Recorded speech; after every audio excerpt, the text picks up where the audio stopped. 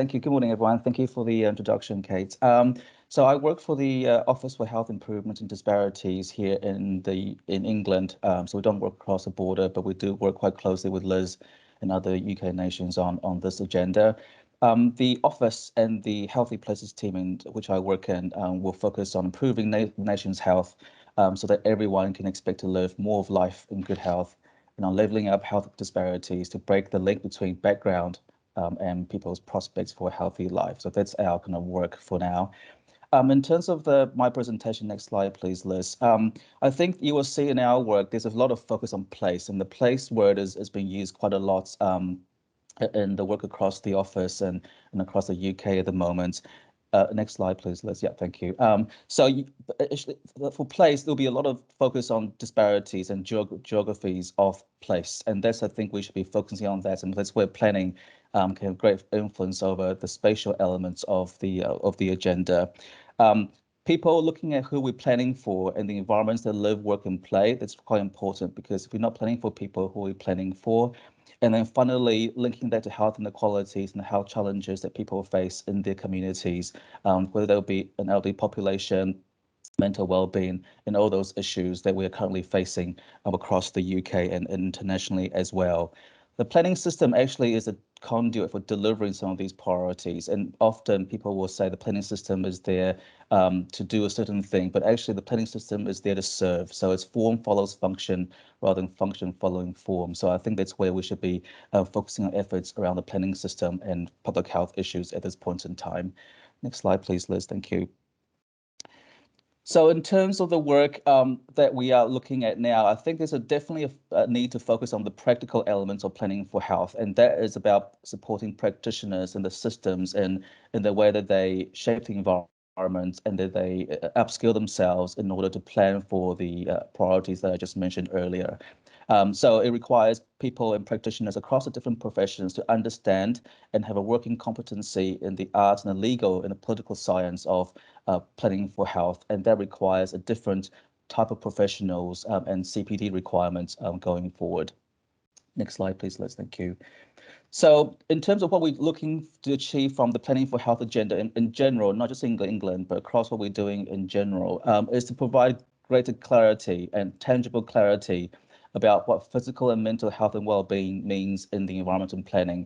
As soon as we can provide clarity and tangibility, that's where the planning system can really be effective.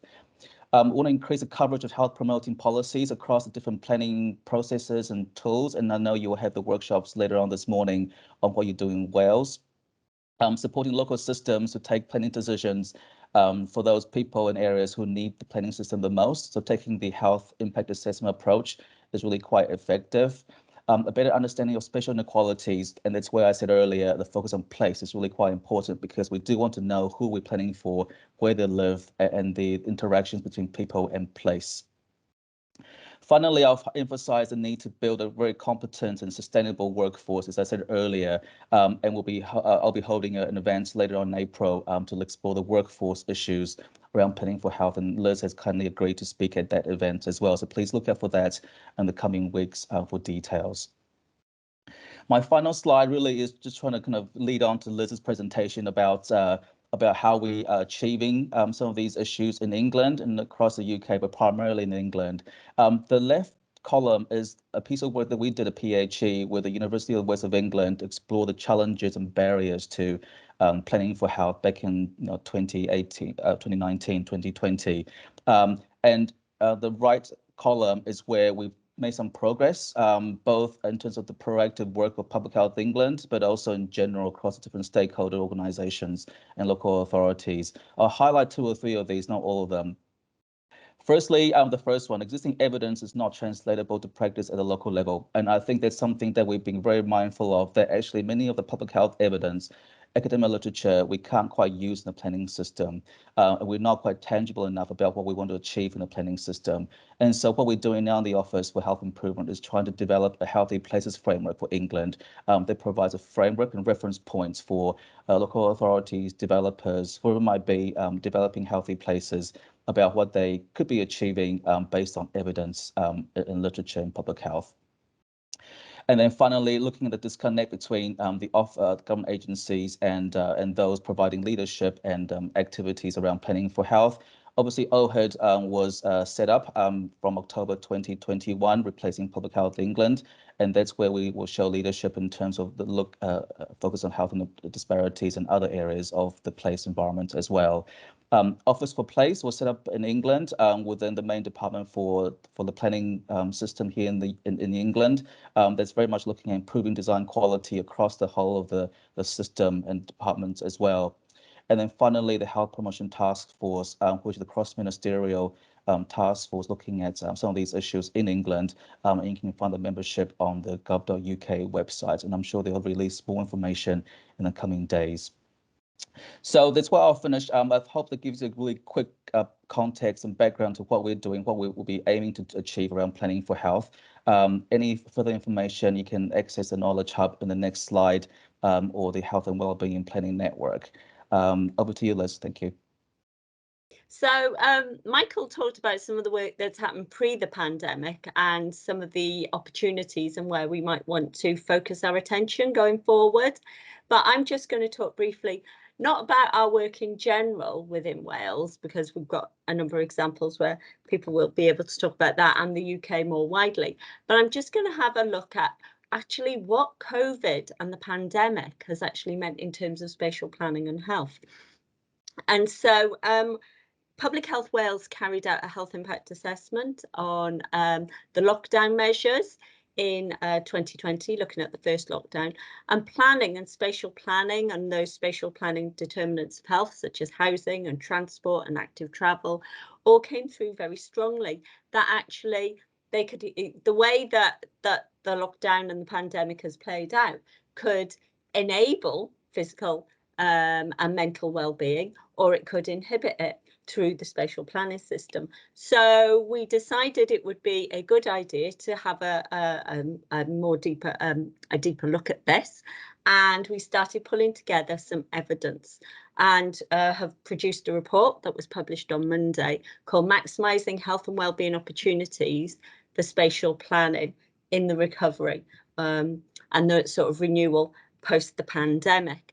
So it was a literature review, really, of journal papers and peer-reviewed evidence and grey literature. But also we set up a strategic advisory group that was multidisciplinary, cross-organisational, cross-sector.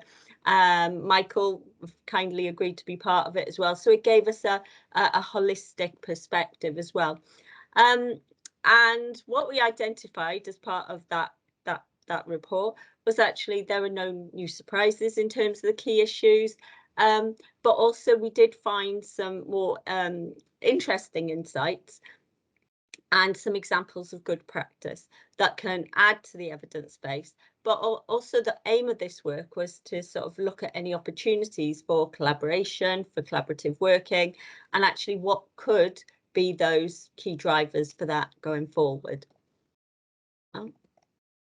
Right, okay. So one of the key asks of the strategic advisory group was that they wanted us to kind of look at key emerging trends and data and evidence, which is what Michael just referred to, because it's very important for all of us, for both public health, but also for spatial planners, and who was actually going to be affected or had been affected by the pandemic through some of those spatial determinants of health.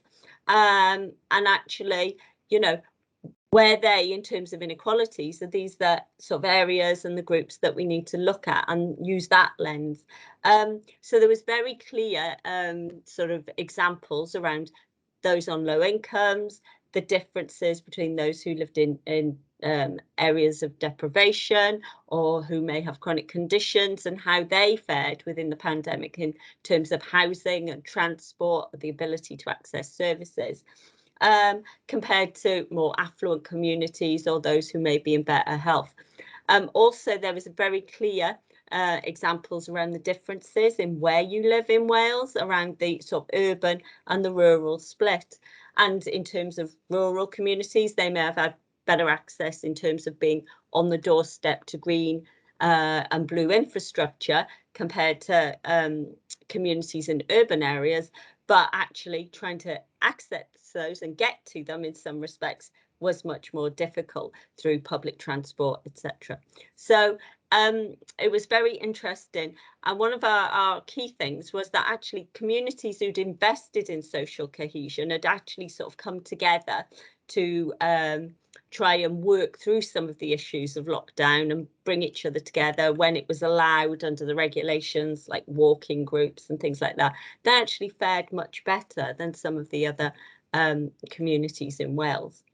The emerging themes, so this big difference in inequalities across Wales, which is nothing new again. And you'll look at these emerging themes and you'll think, well, again, we kind of know that, but what do we do about it?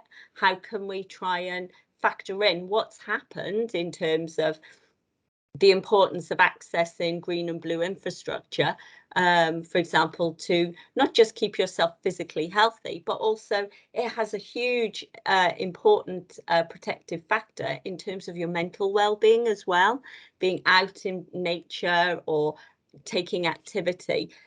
You know, if you had if you lived in a house with a garden and you could access that garden through lockdowns, maybe create you know, some herb gardens or do a bit of gardening, you fared much you fared much better than those who lived in a small flat with no balcony. It might be you know, several flights of stairs or whatever. So there are clear distinctions about how things like the land use planning system in terms of accessing local facilities and retail was very important, and the nature of that and the cost of that and the supply of the supply of food and healthy food and how you could access that in terms of the pandemic. We found that repeatedly local foundational economies came through very strongly in the literature and the grey literature and the people that we talked to about actually how they can help us come together to create healthier spaces and places for people in a post-pandemic space. So about things like collaborative working between public health and spatial planners and communities to have community and health services hubs, for example. And we all know the importance of accessing digital infrastructure because, for example, this is where a lot of us are at home today and we are all using new and innovative different platforms every day to enable us to work, have our leisure, and connect with friends, family and society. So it's about how do we use those as well in a much more effective way. So some of our future opportunities that we identified, Welsh Government actually has ambitions around the placemaking charter that organisations and public bodies can sign up to in order to try and enable better health and wellbeing and through spatial planning. And vice versa. Welsh Government also has an ambition around local foundational economies and home working and how we can make that better and sort of enable people to feel better in themselves and mitigate for any unintended negative impacts. One of the clear themes was the important role of the health sector in planning decisions. And when I say the health sector, I don't just mean healthcare services, but I mean public health systems as well. And practitioners such as myself or Michael or some of the Public Health Wales colleagues or yourself in local government and other organisations. And that actually public engagement, as much as stakeholder engagement and early involvement, can actually help through tools such as health impact assessment to try and work through any challenges that may be at a national or local level. I'm very aware there are other tools and strategies and guidance out there. For example, Scotland has the place standard. Wales firmly roots itself in HIA in terms of a public health perspective. But I'm very aware there's a lot of different tools that you can use to engage different sectors and your communities, our communities, in order to try and enable health and wellbeing. And also developing tools and resources that that may have guidance, for example, that have thresholds around health and well-being, around, you know, what are we going to look for in future planning applications and policies? For example, I referenced housing. So a lot of us are working from home.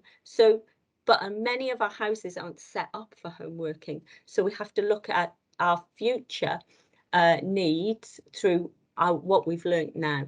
So that's just a very quick overview. The report is out, it's published on our website. There are our links, it's in English and Welsh. If you want any other information, you can contact the team or look at our website.